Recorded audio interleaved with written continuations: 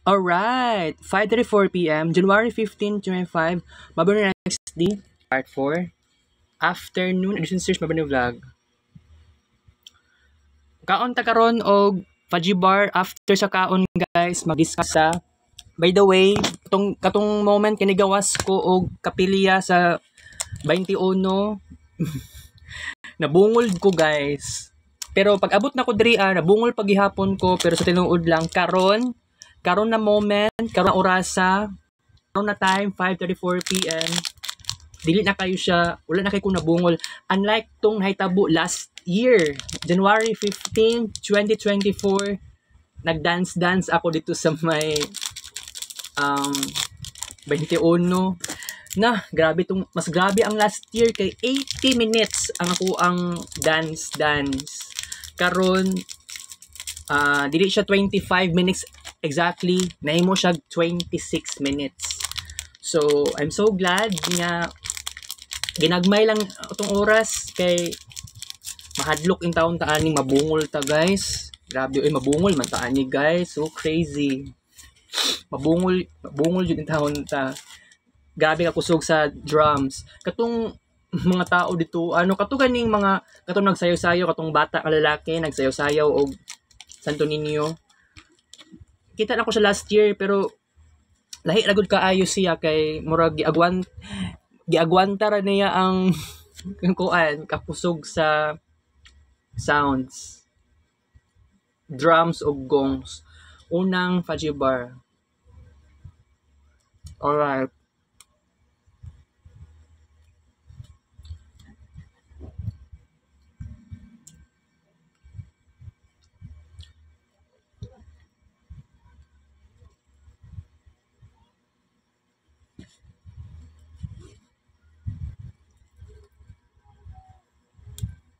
Faji Bar.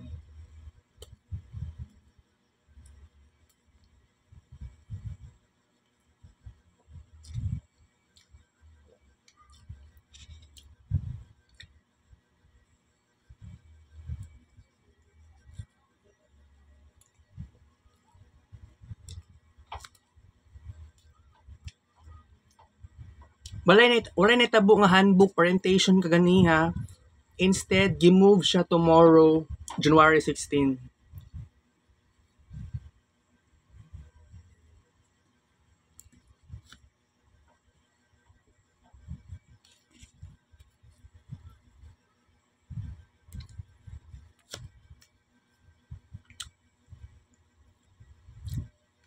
Last, ikatulong Faji Bar.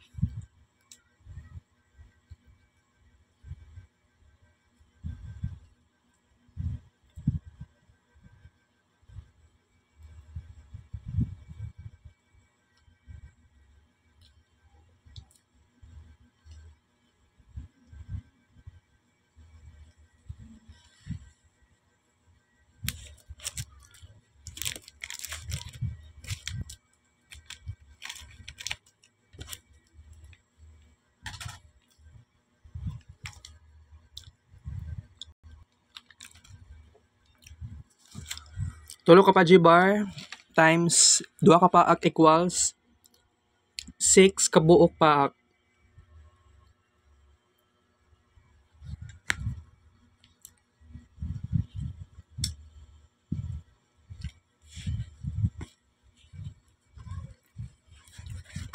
Kung pwede guys, dagan tag i-discuss karon, walay problema.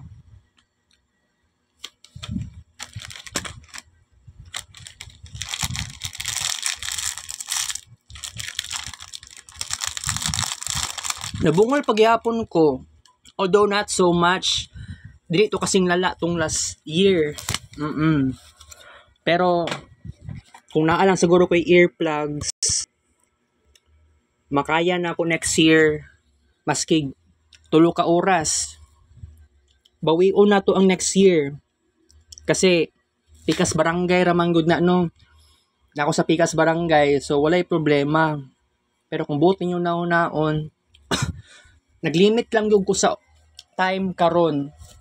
Akong gilimit ang sarili nako. Dili na ko exceed og 60 minutes. So okay na ako sa isa ka vlog dito. Sayaw-sayaw. So dili siya exactly 26 minutes pero 26 minutes man gyud ni siya. Estimation 26 minutes. Okay? So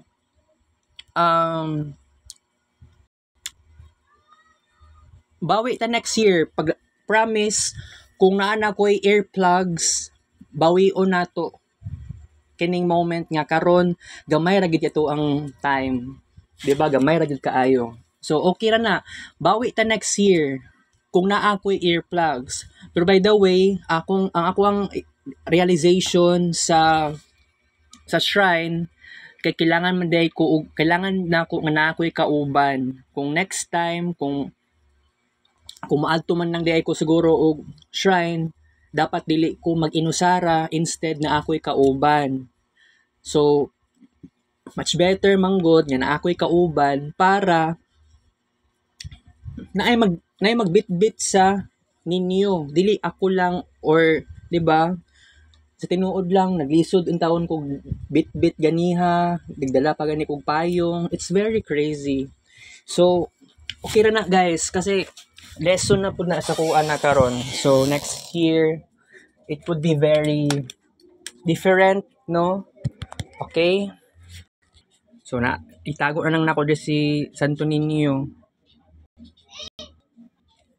Kasi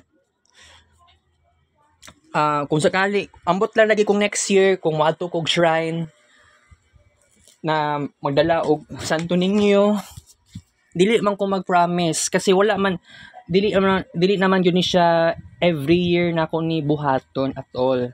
Pero sa sunod kung sa fiesta sa San Miguel, basin tan-awon lang kung pwede na ko dito mo fiesta.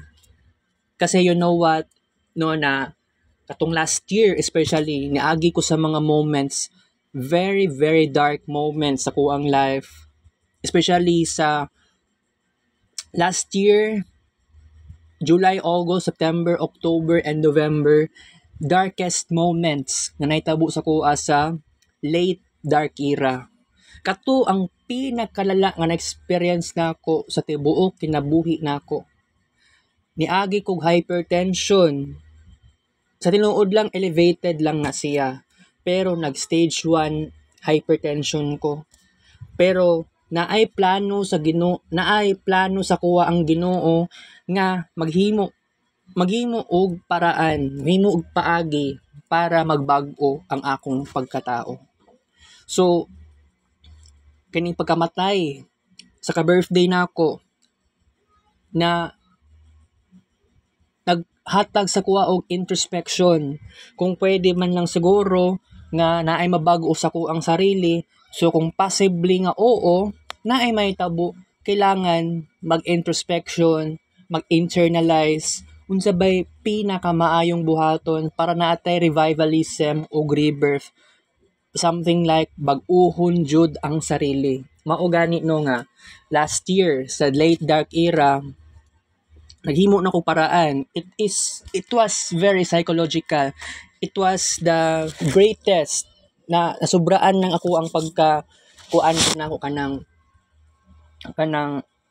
struggles. Okay? So I have to tell you, dagan kaayo kog adjustments.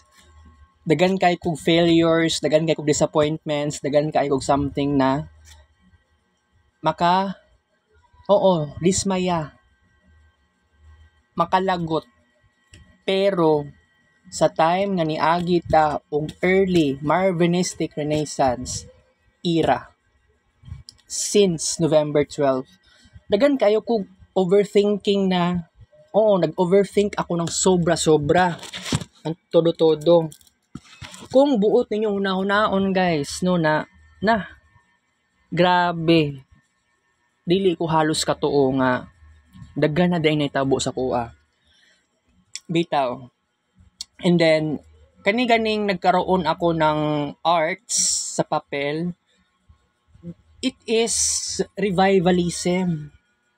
Kasi bata pa kay ko sa una, nagagamit ko og papel, any kinds of papers, sa lapis og ballpen, nagagamit ko. Pero no, sa una naamang guna sa ko ang nakasanayan pud sa una sa katong pagkabata pud nako katunapa ko sa Matina na nagasulat-sulat, nagadrawing-drawing sa kalendaryo. Pero wala actually wala to siya na revive tong para unta sa karon. Kasi karon na pud nako siya naisip about sa kalendaryo nga pwede nako kores-koreson. Pero kung buot ninyo naon no na kalendaryo na ako'y specific pud na kailangan pud dain nako. Pero wait, kung mangayo man lang siguro kung kalendaryo, dapat daghanon possible. Pero kung dili man lang siya ma-fulfill, wala tay mahimo. Kundi di lang sa nako na pag-isipan, maghimo og arts sa kalendaryo. Sa una nagasulat-sulat ko sa una sa kalendaryo, drawing. Kaya lang wala na pud to sa kuha karon. Mao gani nga wala pud tay direct evidence kadtong mga nabuhat na ako sa akong pagkabata sa kalendaryo. Mao gyud to ang something na disastrous event sa kuha. Karon I am always trying my best nga na-adjoy something na alam nyo na, something na trying my best i-revive tong dati. Pero successful gihapon na siya. Believe me, trust me, okay? Alright. So, ang ato ang vlog karon is only 20 minutes lang ha. Ang ato ang time duration kasi magpahuway pa ko, magkuan pa ko, mag cellphone kadyot kasi I'm so tired. Dili naman kayo totally tired. Okay? So kailangan maski mag cellphone ko. By the way, ugma ma-move ang ma-move ang handbook orientation from kaganiya unta na imog ugma. Pero kung sakaling mag-ulan og kusog na i-move na pud na siya another day. Handbook orientation naman ko yung handbook yata. Kaya lang pangitaonon pa buto na ako. Dalo na ko to ugma. Wala man pa gi-require nga magdalaan na ugma. Pero I think wala may klase ugma so dili yata akong magbag. Magbag lang siguro ko kay mag-inom kog tubig natural. Okay? Di po ko sigurado kung magpayong ko. So nag-announce kaganiha nga cancel ang handbook orientation. Katura pud na time nga pasado alas 9 na sa buntag. It's very crazy, okay? Okay, change topic no. About sa katong kaganiha na ako sa shrine. Wala man ko natagam. Pero nagka-realize lang ko nga dapat na ako'y kauban. Dili ko sigurado kung kailangan ba na ako ni buhaton every year kasi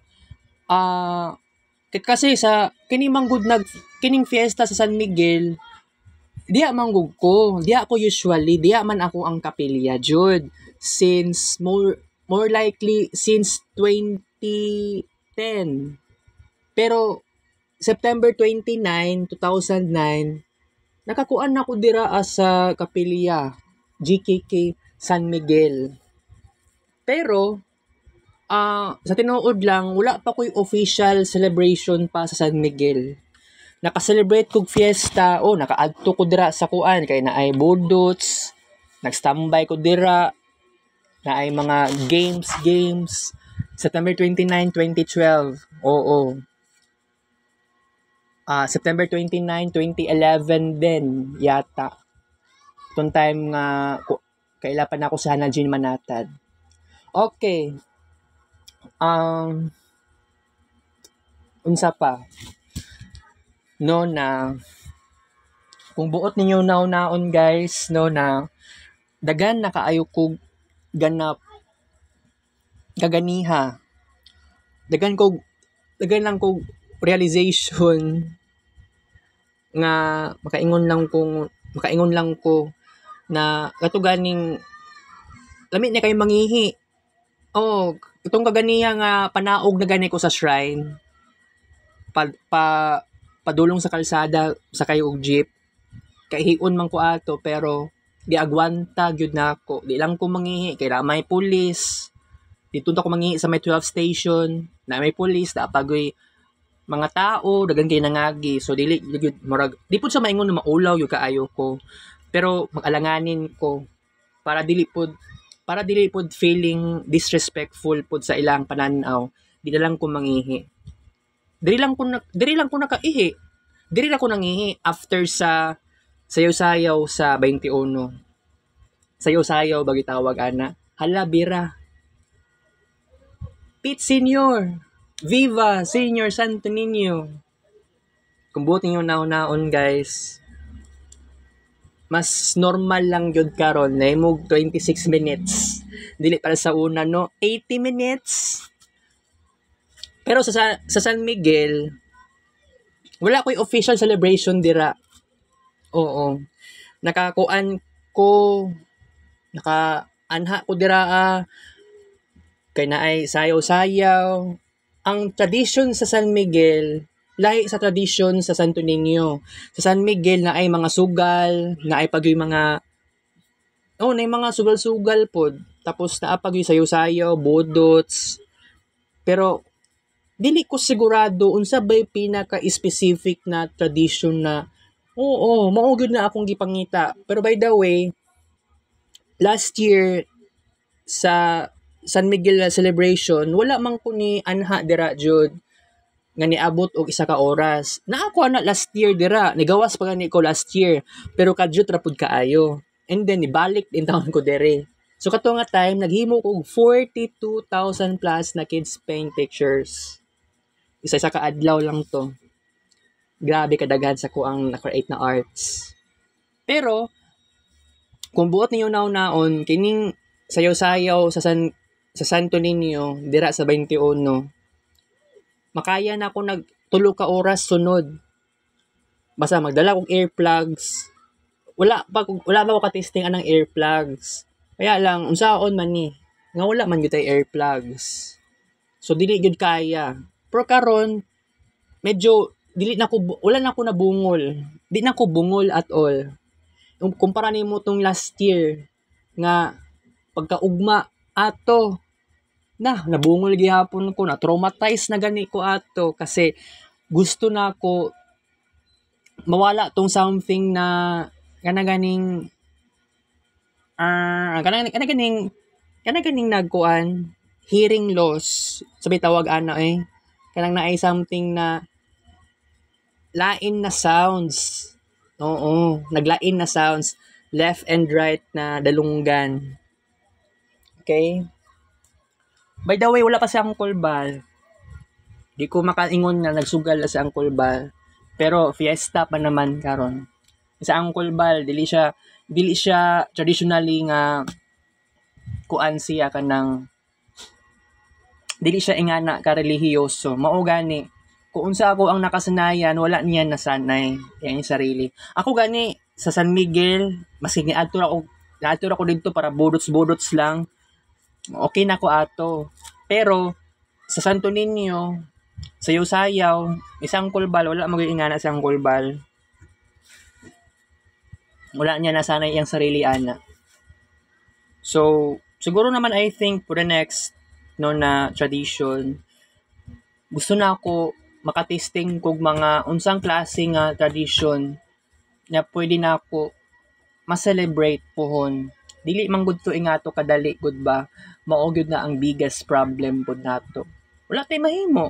Okay? Wala gyud tay mahimo ani. Pero isulti na ko sa inyo ha guys, na kailangan po ko mag-observe, kailangan ko mag-figure out sa ubang mga kapilya, unsa ilahang mga tradition, lahi manggod. Ang uban, mangsayaw-sayaw, naidala nga Santo Niño, pero sa San Miguel, lahi man to ilaha. Siguro, sa ako napansin, sa IKP, sa San Vicente Ferrer, sa San Miguel, sa San Roque, dira sa Baybay, 22 sa tanan. Ay wait, sa San Vicente 22 gihapon na siya. Doon lang siya sa 21. kung wala ko nagkamali, 22 gihapon na siya nga part sa chapel. Pero kailangan bitaw dili lang ka mo-focus lang sa isa ka patron or isa lang ka kapilya nga i-celebrate nimo. Ako gani San Miguel lang yun ko. Pero oo, last year for the very first time nianha jud ko sa 21. And then first mas nauna pa ganito ang sa Shrine Hills, Jesus of Prague or Santo Niño de Praga. 'Di ba?